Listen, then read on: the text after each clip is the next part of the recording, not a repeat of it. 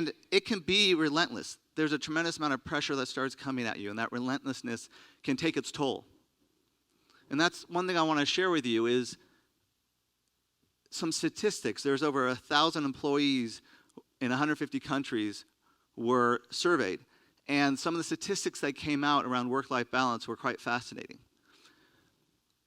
60% said that their jobs are taking a toll on their personal life.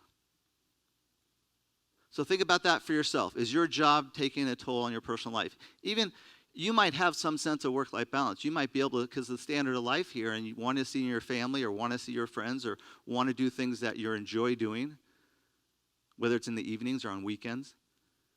But really looking at it, is it impacting my personal life? 42% of people in the workplace are sleep deprived.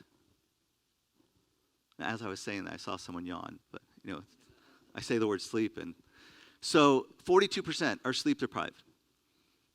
80% are stressed at work. So some point in time in your work environment, you can get stressed.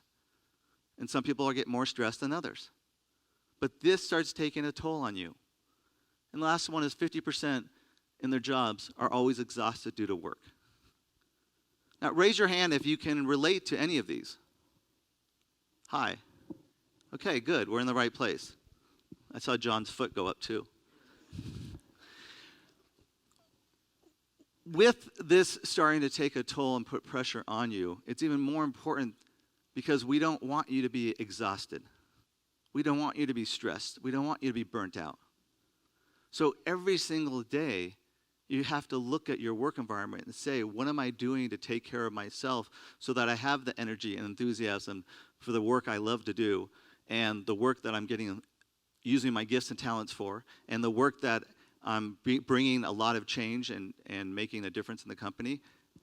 How can I be able to make sure that I'm taking care of myself and my own energy?